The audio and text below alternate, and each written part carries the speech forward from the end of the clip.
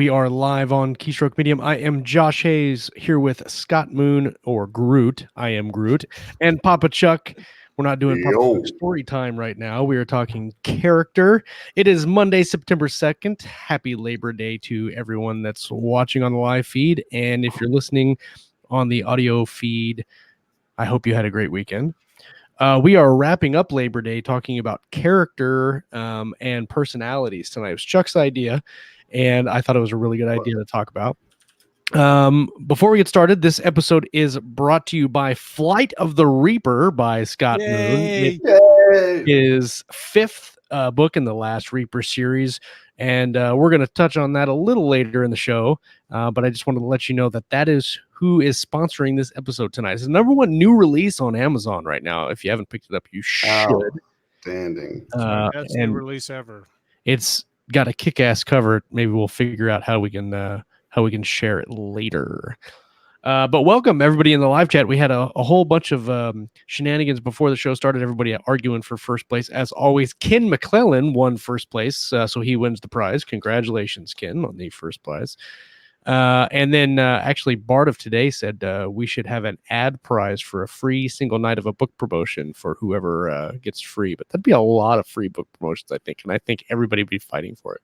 And I don't know the random times that I put up video links. Like, here it is. I'd have to be like really on my stuff and be like, hey, we're going to do it at 4 p.m. You guys ready? And then it's like draw. Like dog pile for the first comment. So welcome everybody to the show, and let's kick it off with a little bit about what we've been doing this week. Scott, you want to go first since you launched the book? Oh yeah, so we launched Flight of the Reaper is the last Reaper book 5 on Sunday. We did a pre-order on it. We haven't done a pre-order before.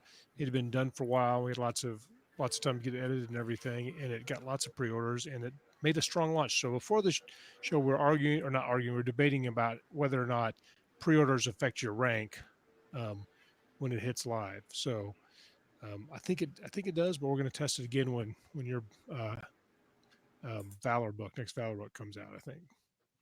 Yeah, I've been writing a lot. Bought a couch, so that was pretty neat.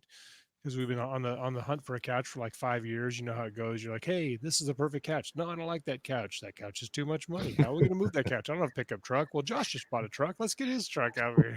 He can do that. So that's pretty much it. Going to work and didn't have a crazy time at work. We got a few funny stories, but they're probably really not fit for the internet. So just stop right there. Any funny any stories we ever have?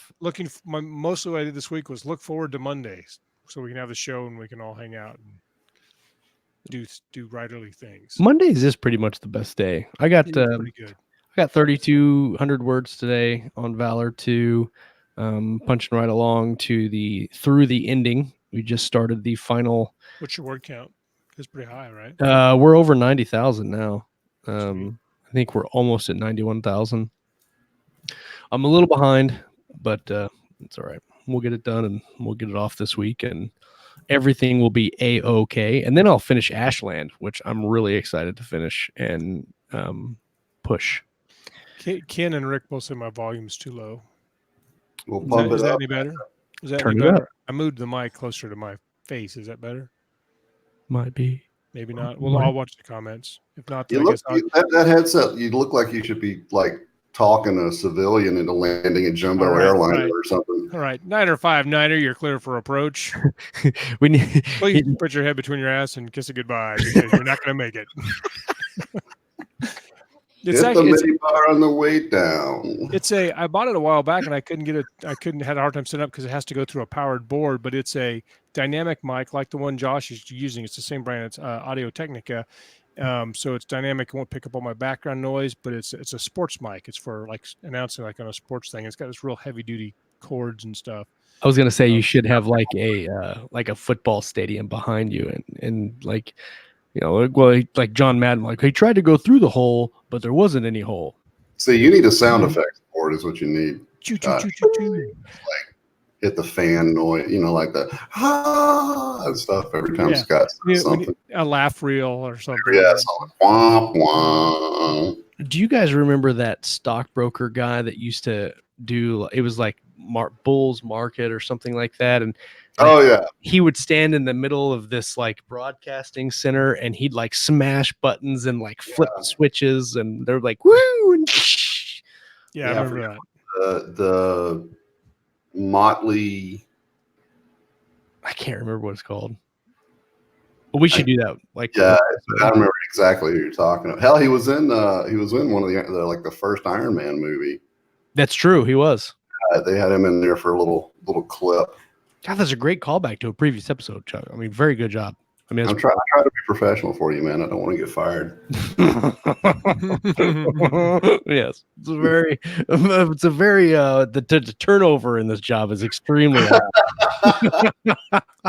Kind of the abusive way we treat our employees. That's right. I can't work for that guy anymore. Very strict dress codes, lots of peer reviews. Yes. Lots of peer reviews of the worst. Testing, it's terrible. I mean, at least you guys show up on time. That's all I really ask. Yes, if only barely. When I'm calling Scott on the phone, like, dude, we start in 5 minutes. Well, I never have my phone out of arm's reach, except for today. I had it lifted on the charger by my computer, and I went upstairs for a minute because nobody was here. I came down at 7:35 and I looked at the computer. Nobody's here. I think I'll go lay on the floor and let my hips stretch out. I've hurt from standing here all day writing. And then I'm like, I better go downstairs. And the phone's ringing. Things are exploding. There's alerts coming off. Yeah, I spent like 2 hours or something outside, just floating around in the pool and screwing around with the yard and stuff. And my phone was in the house the whole time. I missed like 6 calls. Nice. That's like the way to be on a weekend. I was like, I don't give a fuck. As long as you don't like, you're not there. There's like somebody like not calling you for like a life. Right. If we can't get a hold of Chuck, the world is going to end. And Chuck's in his pool, like. That's weird. Why are zombies going across my backyard? Honestly, I missed something. Nobody told me about this. 4 of the calls I missed were just automated recorded messages from my kids' schools, because every like end of the weekend, the day before they go back to school, they just blast you with all these pre-recorded messages about this week we're going to do da, da, da, da, da. And I'm like, yeah, I get those in email form. They blast us with all of it. It says, do not respond to this email. Like, well, mother trucker, don't send me the email. Don't tell me in big bold letters don't respond, because I will respond. All my friends are going to respond too. We're all responding. That's right. And I'm going to forward it to the internet, and they're going to respond. I'm going to put it on Reddit. You'll love those responses. I wish I had a pool to hang out in. If you guys missed it today, Kayleen did an awesome reading of Rick Partlow's Wholesale Slaughter book, the part of the first chapter this morning. I saw she was going to do that. I didn't get to watch it though. It was awesome. Phenomenal. Like me and Walt both told Kayleen in the company chat that she needs to like get on ACX and do narration. Like get like a small like audio box, get a microphone and do audio narration, because she did really well. Like she got into it. She was doing cool voices, and like you could feel the emotion in this chick who was angry. You could just feel it.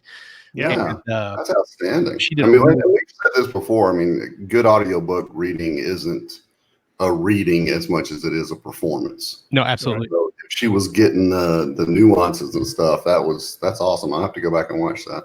Good on you, Kathleen. Get on that ACX shit, girl. Make that money.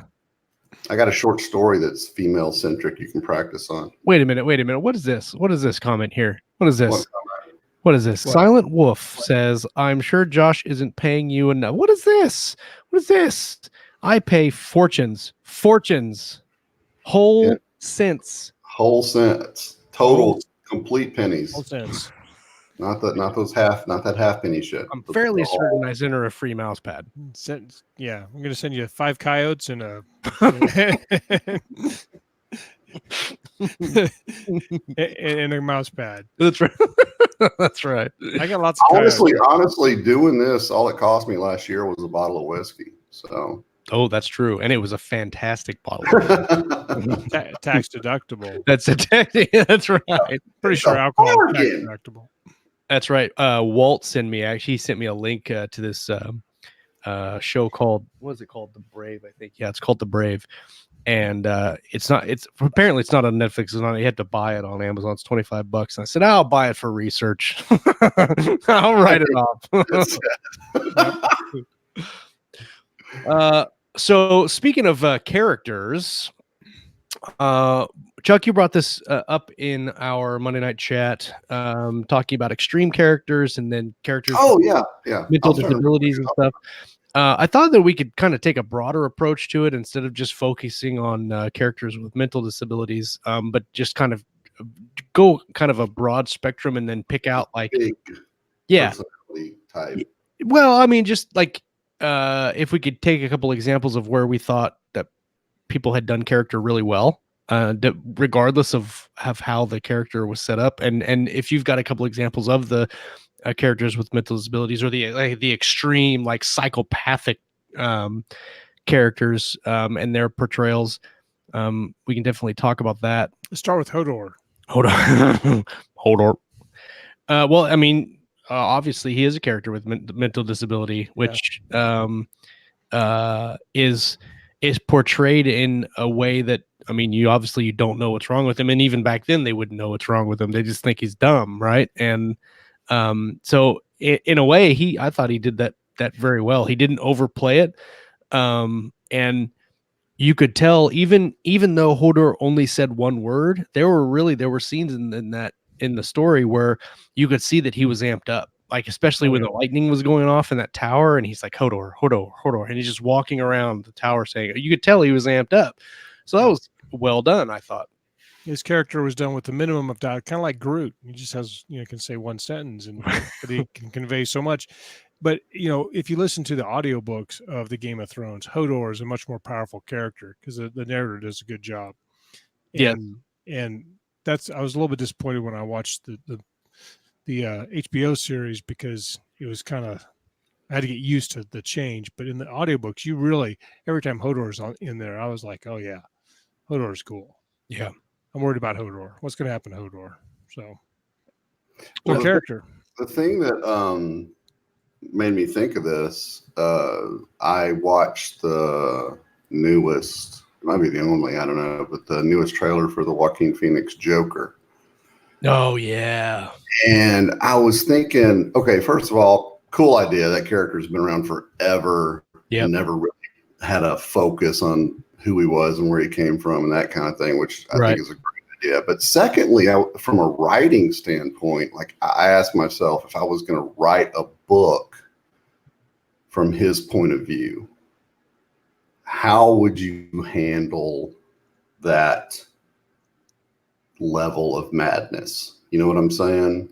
If he was the point of view character, how would you do it? Yeah, like if you were writing the novel of that movie, which is basically his origin story, mm-hmm. And if they go the way I think they're going to go, he's kind of this very borderline guy to begin with, and then he just gets pushed over the edge through different circumstances and becomes this, the psychopath of the DC universe. How would you write that so that you could let the reader inside that mind without it being like trite or disrespectful to people who have mental challenges? You know what I'm saying? Yeah. Like how could you really, how could you bring about the level of that psychopathy, but at the same time, make it entertaining to a reader? Those big personality types and really strong characters, the ones that endure, tend to have some level of that. One of my favorites, Sherlock Holmes, he's been around for 100 years, I think, something like that. But if you really look at that character, he's kind of fucked up. Yeah. I mean, he really is. And they focus on that a lot in the more visual mediums and stuff. But that's what brought the whole thing to mind, was just there are characters that you can give these kind of over the top personalities, but you still have to keep them accessible to the reader so that the reader stays invested in them. And I think there's a unique challenge there for a writer, especially in the case of someone like the Joker, who's a straight up villain, And if you're writing from the Joker's point of view, kind of like we were talking about or theorized, then you'd probably need him not to feel like he's the bad guy or crazy. Maybe they know. But so then you would need to convey the craziness where he thinks it's normal. You know what I mean? Right. So that could be a challenge and there very was- rewarding if you can pull it off. There's a book that maybe we should take a look at some point and read, because I've heard what you're kind of describing. I've heard people talk about in other interviews and other conversations talking about this kind of thing. And American Psycho by Bret Easton Ellis. I haven't read it, but I've seen the movie, and I've heard a lot of people done interviews about it, and it's basically what you're talking about. How do you portray a psychopath through the POV of a character? And I guess you have his internal dialogue that is like literally fighting with his outward discussion and his outward participation in the world. They're just two completely different things, and even his internal dialogue is skewed in a way that he is describing things that are normal, but in a way that a normal person would not describe them, but it's normal to him. Yeah. And that's a movie and a book? Because I've heard of it. Yeah. I'm not sure. I can't remember if I read the book or not. I know another example, I think, is a series I just finished, is Stephen King's Bill Hodges trilogy. And there's a character in that, the villain, in the first two books, actually. His name's Brady Hartsfield. And he's not like quite as over the top as like the Joker or the guy in American Psycho. He's a little more, he's a little more baseline evil, if that makes any sense. Yeah. But King did a really, really good job of separating the psychopathic nature and then what he shows the outside world. You know what I'm saying? Yeah. It's like he goes through it's kind of like Dexter. You ever, I mean, I think a lot of people with the TV show, I read most of the books. They diverged greatly. Yeah. But he was always really, really good about putting on the false face. Right. And I think if you're going to write a character like that, you have to sort of delineate those two things. Yes, absolutely. There's that face, that pretend human face they put on, and then there's all the crazy inside that they sort of kind of keep on a leash until they decide not to. Well, they're really good at not appearing to be crazy. That's how they get away with not going to prison. Like there was a scene in one of I can't remember if it was in the book or the TV show, where Dexter talked about practicing emotional faces. He'd be like, he'd make a real effort to like watch somebody who was laughing so that he could duplicate that expression, because he felt nothing, He didn't have, Right. So he had to like learn to ha ha ha ha, and when to do it and all. I just found that to be a really, really interesting take on how you would do a character with that kind of mental. Well, it's a great technique, because it shows immediately to the reader or viewer that there's something different with this person, that that's something they struggle with. Yeah. One of the and this is talking about a completely different mental characteristic of a character, is the Memory Man by David Baldacci. Oh, I've heard that's good. Was it good? It's good, and it's written in a way that's very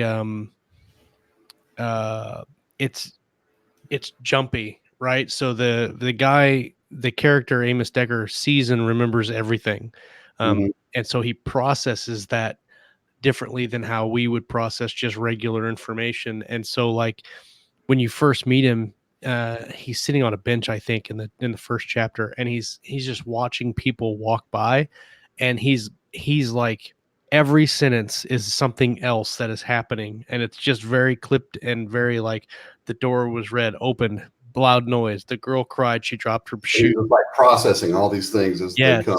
Yeah. Yes, exactly. And it's written in the way that he would mentally process it, and so it gives the reader kind of an insight into that kind of personality, like right out of the gate.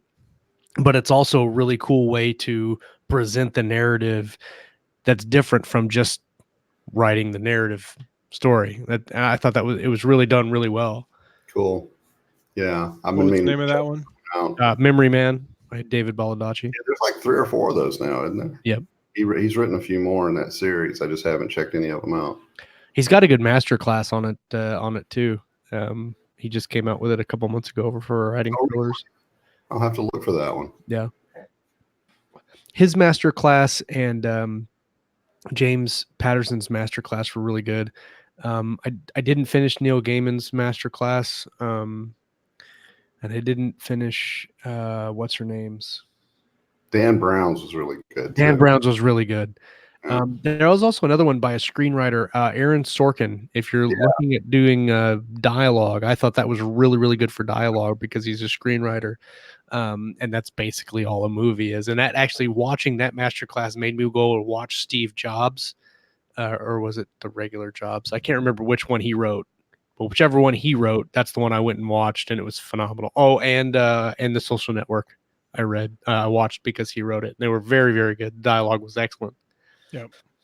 One of the things I think about character, when you mentioned different personality types and kind of extreme personalities and how to present those, one of the cool things I've seen done in Sanderson's work is Vin from The Final Empire. In the first book, Vin has thoughts that she thinks is her brother talking to her, or it's not really her brother. It's just like she thinks it's her mental creation of her brother talking to her. And so it's just how she goes about life, and she doesn't think anything of it at all. And I won't spoil it, but you get to the end of the book and it becomes like a real thing, and it's very neat the way he does it. And you go back and read it a second time, and you follow along through the context of what's actually happening, and it's like, holy crap, that's really cool. But personality can also kind of set up the story in a way that it could change the outcome of the story in a very, very real way. Sure. And especially like when you talk about like unreliable narrators, that is a really good way to present a story about, a liar. Let's just say if the POV is from the view of the liar, then it'd be a great unreliable narrator POV to do if you could pull it off well. And then you just have to figure out a way to tie it off so that when the book is done, then you figure out that the thing was a lie. And you have to kind of play with that. But like Fight Club is a great example of unreliable narrator. Yeah. That's I think that's probably one of the ones you could hold up as a gold standard for that. What was it? It was one of the girl books. Gone Girl. Gone Girl. Gone Girl. Yeah. Yeah, and that it ended up being an unreliable narrator. Yeah. Except, she was. I mean, her personality type would have. I never read it. I just read like reviews and stuff. So I'm working on second. Spoiler alert. No. It's yeah. Because about halfway through that, you realize that things are not as. Well, I mean, she's a liar, right? I mean, yeah, she's a liar, and she set up herself to do some really nasty stuff. And about halfway through the book, you figure it out. I mean, it's not because halfway through the book, she's writing in a journal. A lot of the point of view is from journal entries she made. Right. But about halfway through, you get the real journal entries. Yeah, halfway through it catches up for people to find or whatever. Right. Yeah. The first half is journal entries, and then it catches up to present, and then you have her present POV going forward along with his. It was very well done, I thought. It was well done. Way better than the movie. Well, because in the book, because you thought the guy was such an asshole until you realized that she was making most of it up. So it was interesting. And I've wanted to read the rest of her books. I haven't. Is Gillian Flynn? Is that the name? Yeah, Gillian Flynn. And, She's and from I, Kansas. yeah, and I had read several reviews on the other books that she's written, so they're like super dark, and I'm okay with that, but I've been in the mood for it, So I just hadn't gotten. So I've read all of them. And her characters are very well done. This is actually a good episode to talk about her books. Sharp Objects is about a character who is a cutter, and she carves words into her skin with razor blades. And her thing is words, and then she'll, like, if she gets into a situation where she's like, I don't know, having a episode or whatever you want to call it, she'll like find the word and touch it, or carve a new one in, or whatever. But they're all psychological thrillers. And Sharp Objects is it's a small town murder mystery type movie, or a book, and the main protagonist is a newspaper reporter, and she has really horrible relationship with her mom, and that's in and of itself is a cool dynamic, because her mom is one of those sweet Southern ladies that no one wants to step up to, basically. But if they did, she would like probably back down, but they don't, because they're worried about making her mad, and so she basically just walks over everybody. But the daughter is not like that. The daughter doesn't like mom, but she still kind of acquiesces for most of the time. And the other one, the Dark Places, is I can't remember. She's messed up, obviously, because her whole family was killed. But then she can't, like, she was there, but she can't remember, so she's got some memory issues, and she's trying to figure out what happened. But I think all her characters, of all their books, I thought that Sharp Places and Dark Objects was really, really good. Gone Girl was good. It had a more marketable twist. Yeah. They all have a great twist. They all have good characters, because her casts are generally very small. So she can kind of her cast kind of center around the family dynamic of small families, or like small close knit communities. Like in Sharp Objects, the community is very small. Like it's like Claflin. It's got like one police officer, and everybody knows everybody, and everybody knows everybody's junk. You call 911 after 5, you have to go to the message service. Yeah, that's right. Yeah, we're sorry, we cannot come help you right now. We're gonna page the sheriff out. I'm trying to think if I can think of any well done extreme characters on like we're talking about Joker earlier, something like that. In written word. Have you guys ever read the is it the First Law trilogy by what's his name? The Blade itself is the first book, and I can't remember. Abercrombie. Joe Abercrombie, right? It's on my list. I read that book because Steve said he hated the book, so I had to read it to see why he hated it, and I loved it. I listened to it on audio. And what? Did Steve tell you why he hated it? I can't remember. Okay.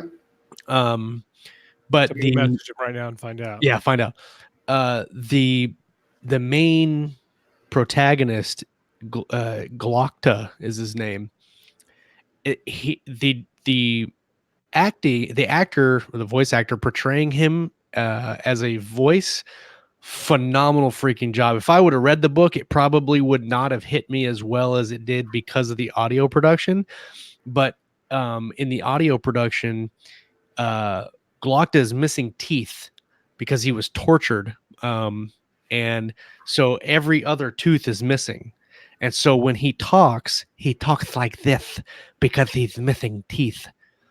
But he is like the evilest dude ever, and he's like so polite about it. He's like, and now we're going to rip your eyeballs out of their sockets. And I'm like, oh my god. And it's grimdark, so if you don't like grimdark, don't read the book, because it's super grimdark. But that character Evil with a lisp. Oh, Evil with a Lisp. It's ridiculously good. It is good. I tell you right now, go and listen to it because it's phenomenal. Now we have to have a follow-up show why Steve didn't like it. Yeah. We'll have to get Steve We'll do a Josh versus Steve. Yes. So, Exactly. head-to-head steel cage death match. We have a question from the chat. I see it. Bard would like to know, how does one properly use unreliable narrator? Do you write it like it's all real and reveal later that it's a lie? Or do you write it in the mode of someone giving their opinion of the narrative? What do you guys think? So I've done this in Edge of Valor, and it took me a long time to do it, because there was multiple unreliable narrators. So I had to know exactly what happened for real before I could lie about it. So I had to write it the way I knew it was going to happen. And then I went back after the fact, and in the narrative of the unreliable narrator, I changed it, and added things.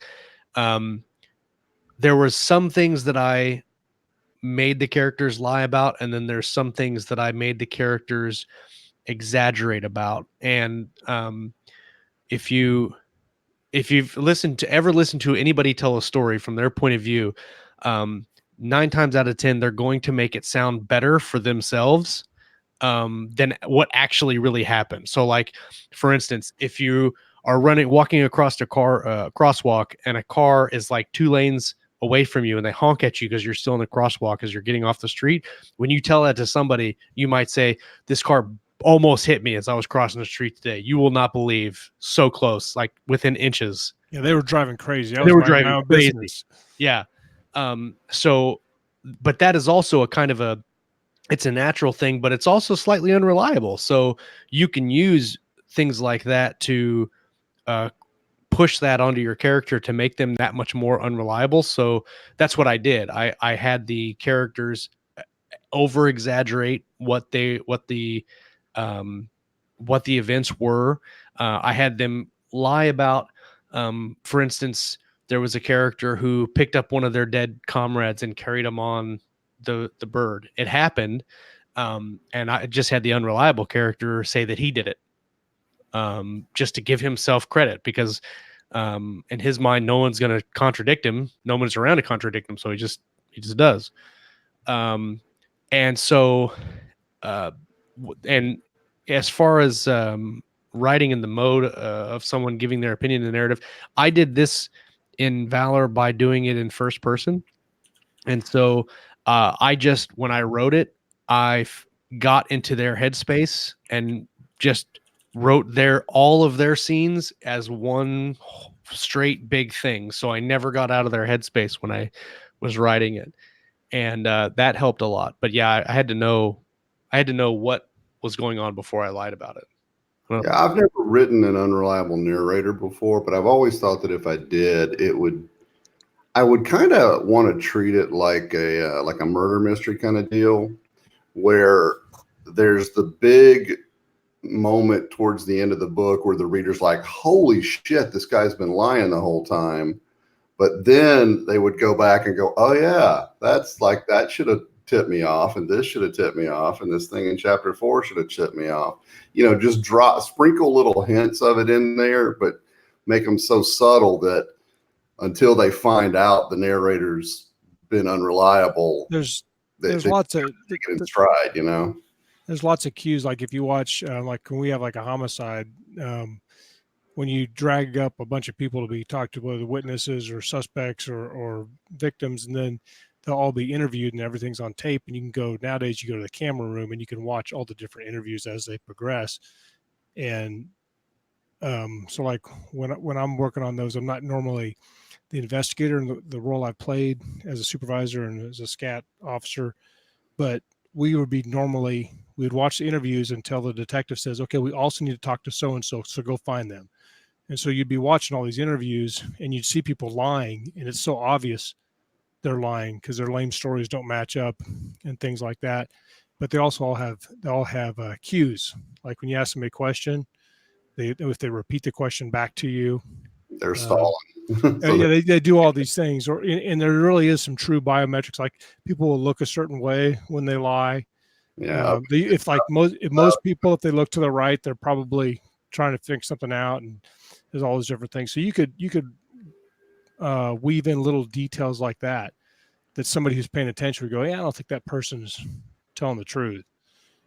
But they like to change the subject and not answer the question directly, and those are all tips that they might be unreliable. All right. Let's take a break here and talk about our show sponsor for the night. I'm going to see if I can, let's see. Not that moon guy again. That's true. I am Groot. I am Groot. Let's see if this works. Oh, that's amazing. Oh, you're the best showrunner in the world. Boom. Today's show sponsor is The Flight of the Reaper, an intergalactic space opera adventure, The Last Reaper Book 5 by Scott Moon and J.N. Chaney, just released yesterday. And right now is the #1 new release in cyberpunk science fiction, and is currently ranked 485 in the Kindle store. Phenomenal. Good job, Scott. Very well. The fight has just begun when Halek Cain and his wildly talented crew of runaways, rogue scientists, and rebel commandos arrive in a system to save a ship of political refugees. They quickly realize things are not as they seem. The system is full of derelict ships from ancient battles. It's a gold mine of history, resources, and old technology. But where did all these ships come from, and what exactly caused such a battlefield in the first place? Cain must search for answers while evading and combating his enemies, all while protecting those who are closest to him. As the Last Reaper will soon discover, sometimes you need to risk everything to survive the doom. The doom. That's Flight of the Reaper. The Last Reaper, Book 5. Let me just tell you, if somebody says that cover is not the most kick-ass cover that you've ever seen for a book, yes. we should do a cover reveal for Book 6. Oh, yeah. Send it to me. I'll send it to you. Or did you already send it to me? I think you already did. Hold on. I messaged you one time. You did. I digress. Let me look. I got it. Download the book. I'm about 30. I broke 30,000 words on Book 2. On Book 6. Sorry, Book 2. Book 6. The one we're going to look at the cover here. This is an impromptu cover reveal. An exclusive impromptu cover reveal from Keystroke Medium. Dun, dun, dun, dun. This is Wrath of the Reaper, Book 6. I mean, it's pretty kick-ass. I mean, all these covers for the Reaper series are good. Oh, that is awesome.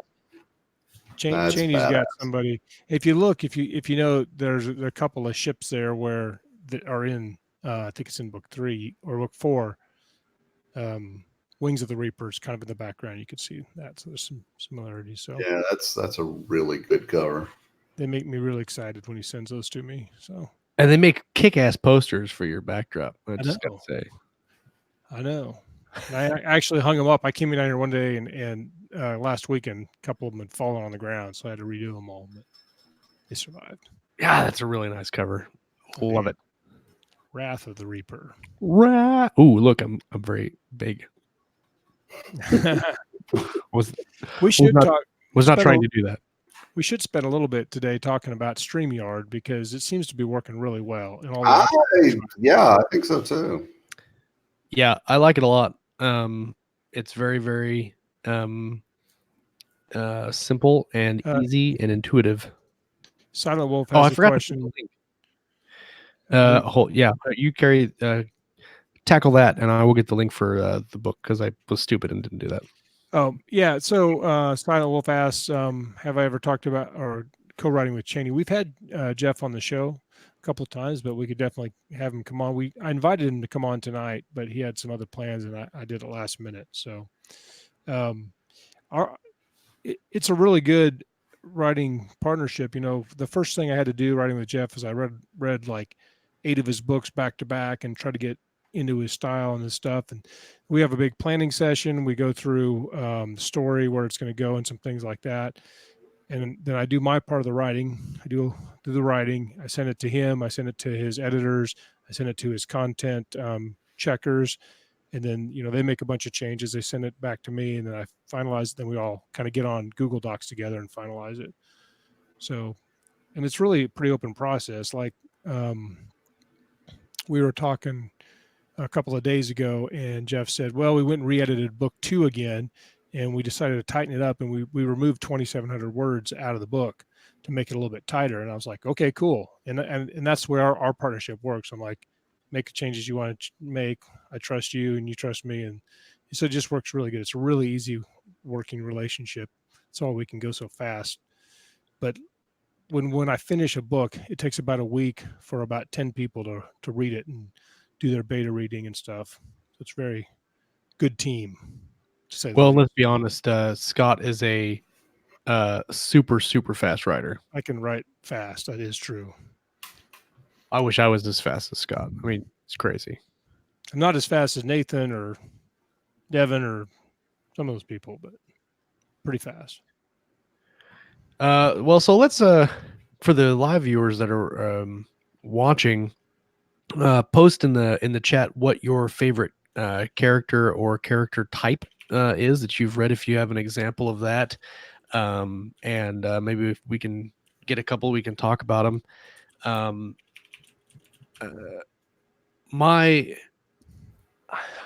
One of my, and it's a lot of people's favorite character is Tyrion from Game of Thrones, because he's so quick-witted. And I always feel really dumb when I try to write a character like that, because I'm not that quick. I'm the guy that has an argument with somebody, and then like 2 days later, I think of like the perfect way to like just slam the argument down on somebody, and I'm like, ooh, if I would have just said that, oh, you would have been done. But like with writing my characters, a lot of times they will develop naturally through the story as I'm writing the book. And I've done this now with Valor 2, and then with the first Valor, and even with Ashland, where I'll go through and I know that I need a character here, but I have no idea what the character name is, and I don't have a personality for that character. I'll just put name. And then as I'm writing, I'll kind of, like, as I'm writing the dialogue and kind of writing where the people are going and what they're doing, I'll kind of figure out what their personality is as I'm writing it. And that has worked well for me, instead of, because I think a lot of, Scott, we talked a little bit about this today, is getting stuck on the world building or getting stuck on character development, and then actually not writing the book, where you get stuck for doing months and months and months of world building. Well, the same thing can happen with personalities. If you're trying to get the best personality type for your story, it might hinder the story writing. And so like my main character, for instance, Fisher, he's after the truth. Like, he's very streamlined. He's very matter of fact. He's intelligent, but he's not overly intelligent. He's and he's straightforward. His partner is kind of a little bit more fast and loose. She's witty. He's got a friend, Tinsley Jones, who's a smuggler, he's kind of like got like the Scott and I kind of back and forth, where we're like make fun of each other when we're doing dumb shit. And like Loomis is like, Scott is like, if one of these days I'm gonna capture a conversation between me and Scott where Scott is trying to fix his computer. Oh God. And well, so like the Loomis Tinsley Jones comparison is, I'm Tinsley Jones and Scott is Loomis, and Loomis is trying to fix a ship and he doesn't know what he's doing. And so Tinsley is sitting in the background going, you are doing it wrong. Stop what you're doing. Don't do anything else. Stop. I know that. I'm just going to keep doing it more until something happens. And then he just grabs something big and starts banging it against. Oh yeah. Yeah. It's like that guy in Armageddon where he's like, American components, Taiwan component, Russian components, all made in Taiwan, and he's beating it with the big wrench. Let's see. Guy Anthony DeMarco has a comment, and he says, "I, as an Asperger guy, it's tough to find a non-tropish version who has learned social interactions instead of getting them naturally." That's interesting because you mentioned before we started, Chuck, about doing the non-type of trying to do it without being tried or yes, or you know, and a lot of times I think I use the word disrespectful because I think sometimes writers have a tendency to just slap some stereotype on folks who have issues like that. You know, it's really, I think if you're going to write a character who has you know, just a unique personality in that respect, I think it comes down to doing some research, you know? yeah. Like my last book, Master of Hounds, one of the main characters he kind of has a litany of mental issues that he has to deal with.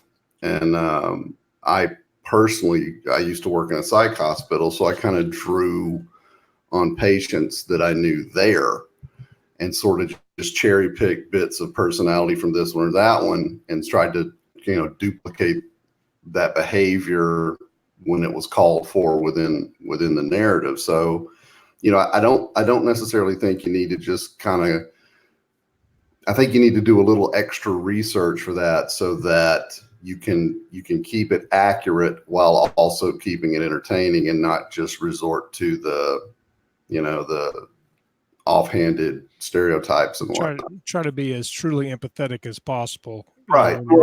The better your empathy, the better you're going to do, you know. It's like not creating the guy from Something About Mary who says, "Have you seen my baseball?" Like, yeah, just a comic like that throwaway character. I think you still have to there's a line you need to walk, you know. I think a lot of a good way to do a lot of this is going to be done during revisions and editing. Right. Is, you know, you go through, like any dialogue, you go through your dialogue and your characters, and you're like, and you get to like, that's kind of top of the hat. I push the easy button there. Okay, let's just make that harder. Let's change that. You know, let's tighten this up. And I think a good way to build a deeper character is when you're going through the second, third, fourth time through that scene and just kind of being empathetic, trying to see it from their point of view, and then do some research, base them on. But I also think that it's probably usually a mistake to intentionally decide the character type before, because you're probably going to, if the character starts doing things it starts developing a different way, then you might have to just go with it. Like, that's why I always ask my question, what's your favorite secondary character to write?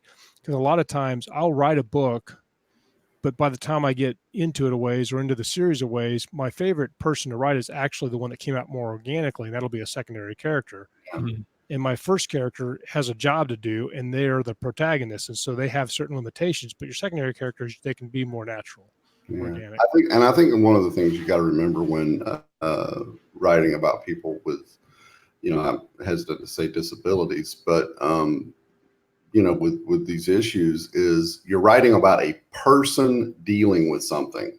Yes. You know, a lot of people that I've read and seen in movies and whatnot, it's like the person is overshadowed by the problem they have. You see what I'm saying?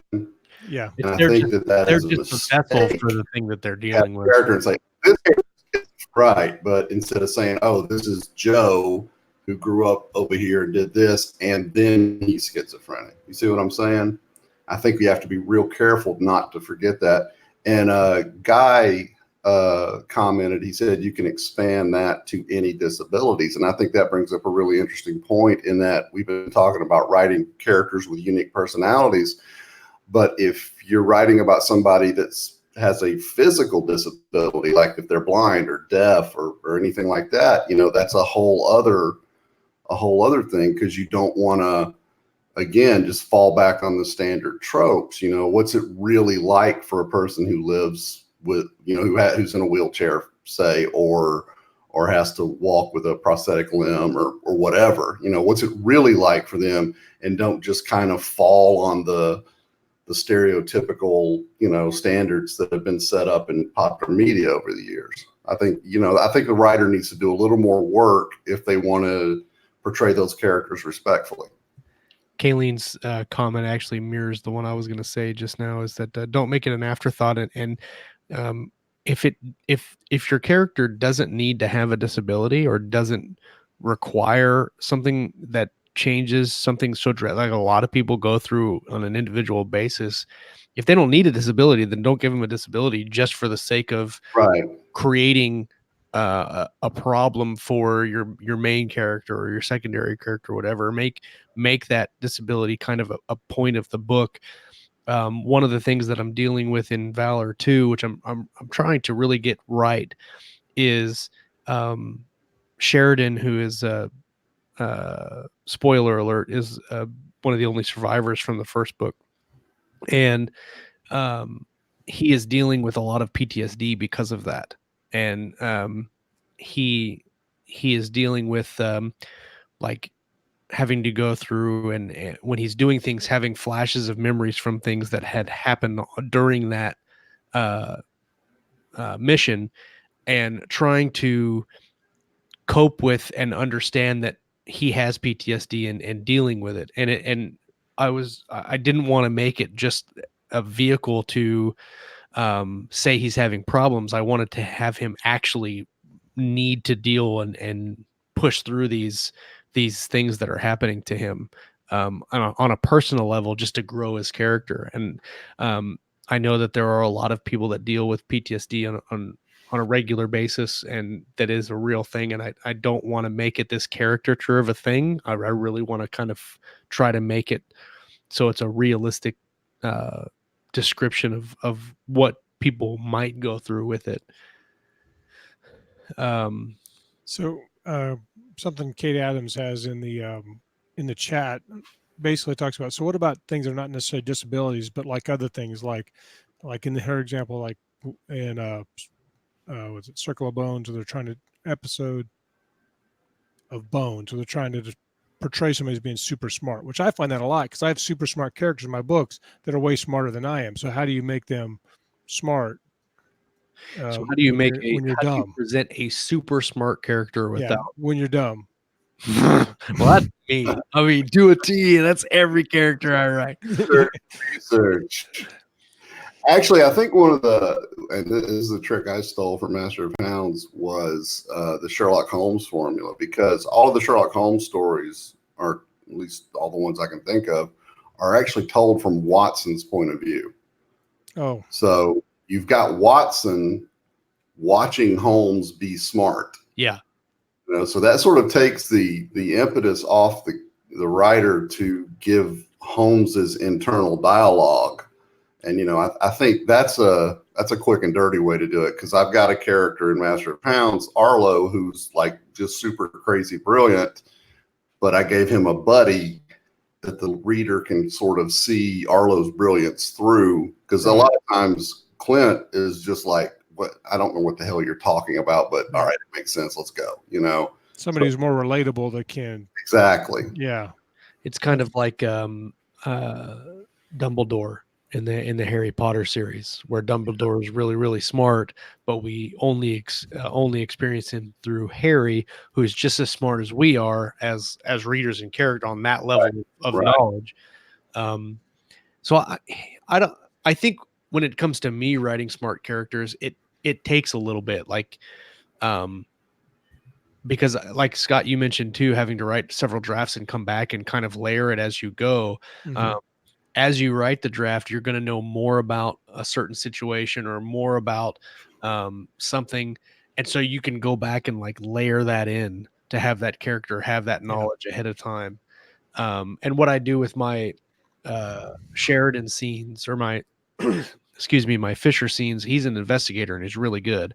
But he doesn't, what I do is I just have him say, instead of having an internal mental breakdown of what he's seeing, I just have him tell the other characters what's going on. Like if he sees explain it to us dummies, right, so we can all know.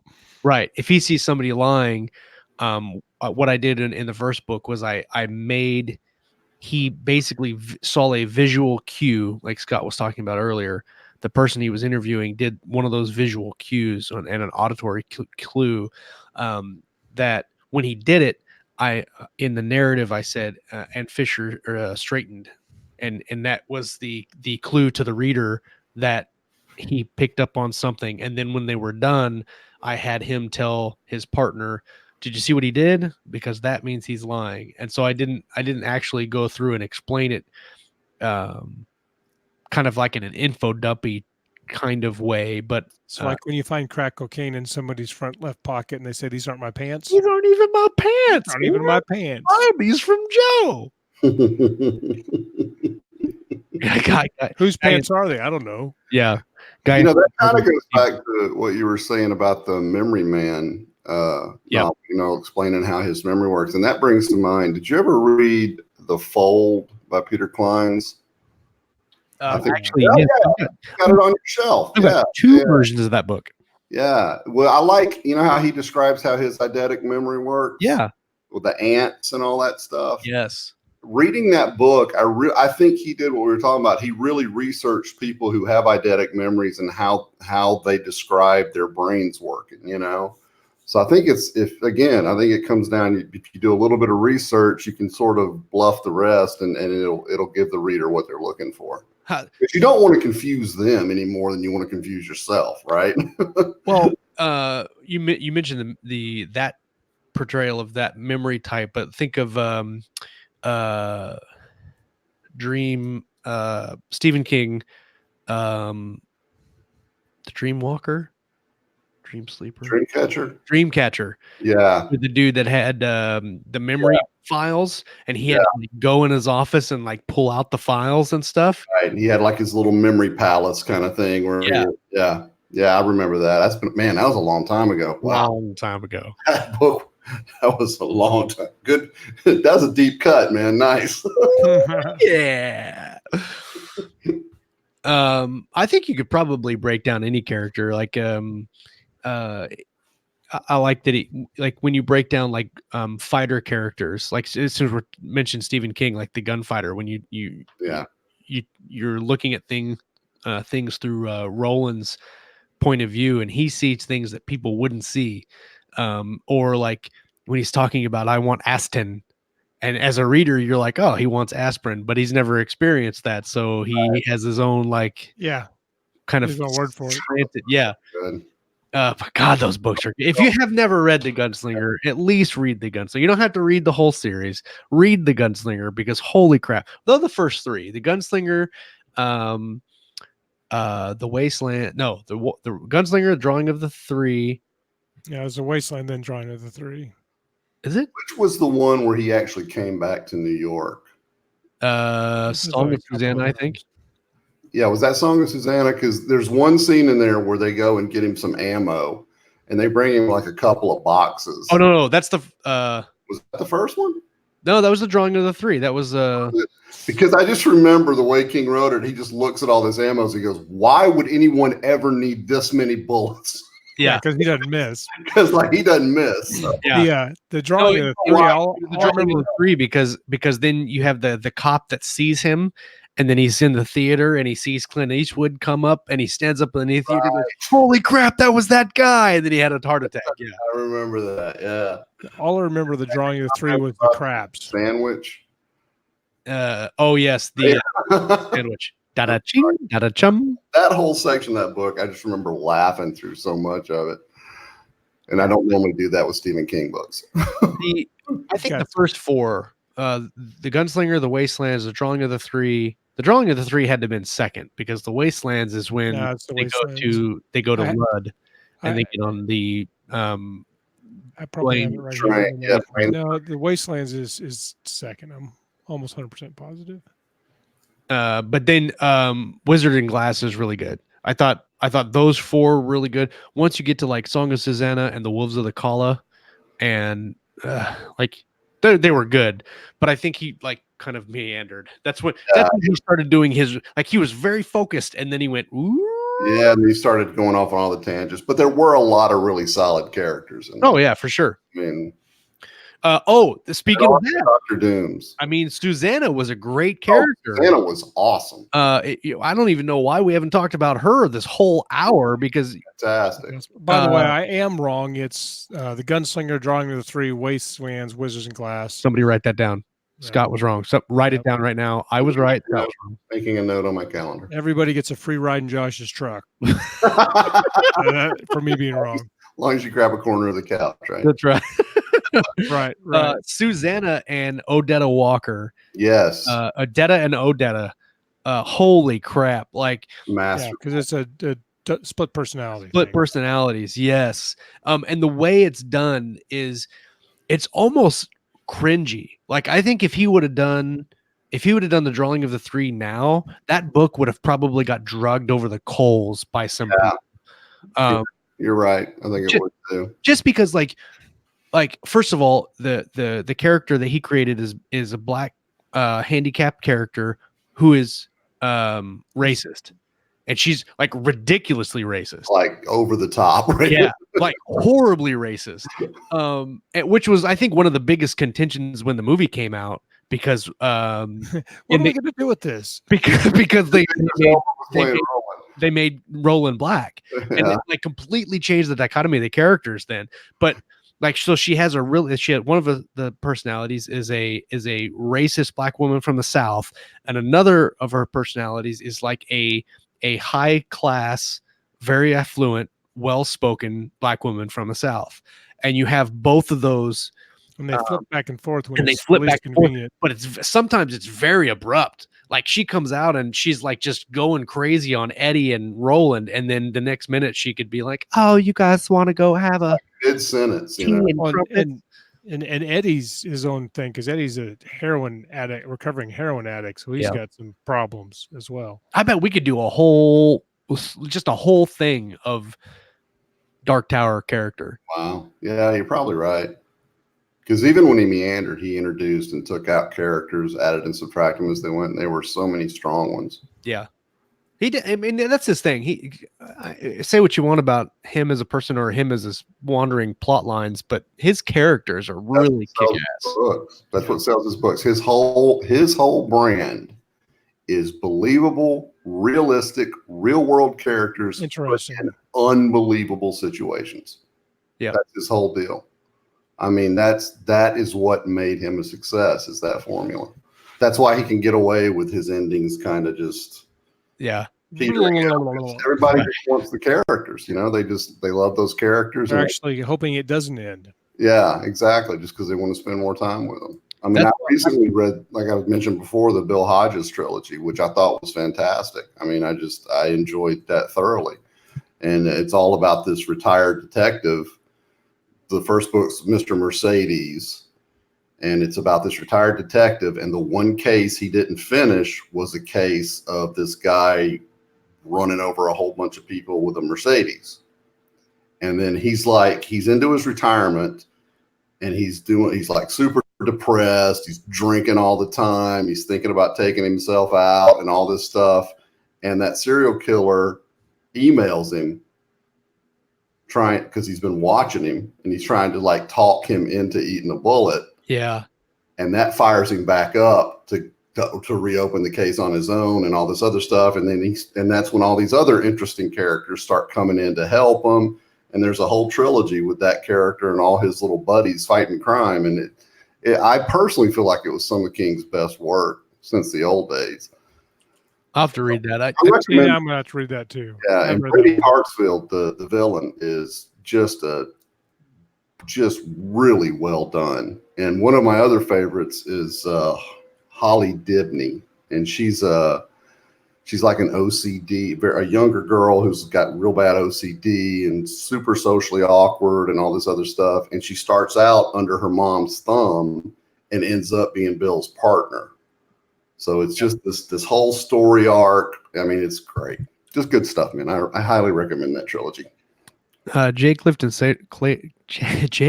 Slater, who's probably eating ice cream, has a character who is an amazing pilot and researcher while on a mission. Between assignments, he's a degenerate, drunk, and a gambler. Poet is fun to write. That's like me between books. Yeah, that's me. I don't know about the gambler. I would be more like That's me in Vegas. degenerate. I would be a degenerate drunk and RPG player. Oh yeah, that'd be fun. I thought those were the good talk, guys. I have 2 audiobook credits. I might just have to get Mr. Mercedes right now. I recommend it, dude. Oh, and Will Patton reads it. You'll recognize the voice. Trust me, he's a big time actor, but he does an amazing job. The guy from Armageddon, right? Will Patton. Is that right? No. Am I saying that? Maybe I'm not saying the right dude. This is an older guy. I'm trying to think of something you might know him from. Did you ever watch Falling Skies on TNT, the alien invasion show? No. Okay. Yeah, it's a guy from Armageddon. It's the guy with the little kid. He has a what else he been in? He's in The Postman. He was yes, yeah, he was dude's best friend or whatever. He was yeah, that's him. That's the guy that does the reading. He does an amazing job. Yeah, he's a good actor. So how do we wrap up our character? What did we learn about characters? What's the takeaway? Everybody read lots of books that have good characters in it. That's right. Write books. My takeaway is do some research. If you're going to write about somebody with like special needs or special issues, do a little research and really get a handle on what it's like for people who genuinely have to do that in the real world so that you can portray that person accurately. That's my good advice. I think one of the biggest things authors should pay attention to when they're creating characters is what Kayleen mentioned earlier and what I said earlier is just make sure that the character that you're creating actually serves the story or that it's necessary. If you can write this story without that character having a disability or having an eccentric personality or something like that, and it doesn't add anything to the story. Or a beard. If you can write it without having a beard, if they don't need a beard, then you can't physically do that. That's impossible. Can't do that. I would say just make sure that it serves the story. And if it doesn't serve the primary story, then do something with it. Like have it affect the character somehow, have it make the character change or somebody around the character change, like how they interact with the characters or something like that. That's what I would do. You use it as a foil for the main character, like we were talking about with Sherlock Holmes and all that. Right. Everybody that watched tonight, thank you guys for coming and hanging out. Next week we have Andy Peliquin. I thought he was coming on tonight, but apparently he's on the calendar for next week. So he will be on the show next week, and then we're going to try to get Steve and Red on to talk about some Athon book stuff here in the next couple of weeks, and kind of do a special on their company. They don't know yet, but I'm going to ask them. And we can ask him why he doesn't like. Why he doesn't like the book you were talking about earlier. That's right. Why he doesn't like the First Law trilogy. Yeah. And then hopefully here pretty soon we'll have Jeff Chaney on to talk about his. Jeff Chaney's doing some really good stuff with his authors. Christopher Hopper just went full time, and he's doing really, really well with Chaney's variant publications. So. Mm-hmm. And that reminds me, if you have not picked it up already, go and pick up Flight of the Reaper. It's the 5th book in the Reaper series. Scott Moon did a phenomenal job writing it. Write a book and say Groot can really write. That's right. In the review. Leave that in the review. Groot is a great writer. Everybody that come out and hang out with us tonight, thank you guys so much for hanging out with us on Monday night. If you're listening on the stream, come out and hang out with us. It's fun times. It's the right thing to do. It is. I mean, what else are you going to do on a Monday night? Exactly. Crickets. Nothing. Absolutely nothing. We will come back next week. We're going to talk about some reading. We're going to talk about some writing and everything in between right here on Keystroke Medium. You guys have a good night. Later, folks. Still live. Wait for it. Wait for it.